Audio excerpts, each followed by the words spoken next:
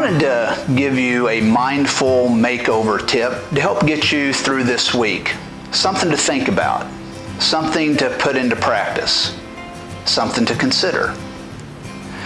You know, if you're being good to someone else, but expecting something in return, then you're conducting business and not kindness.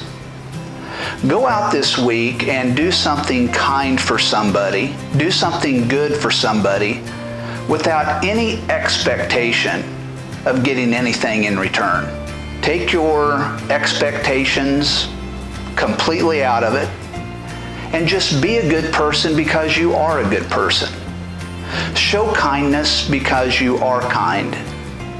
Do something for someone else because it's the right thing to do, but don't expect anything in return. So often it's our expectations that get us into trouble.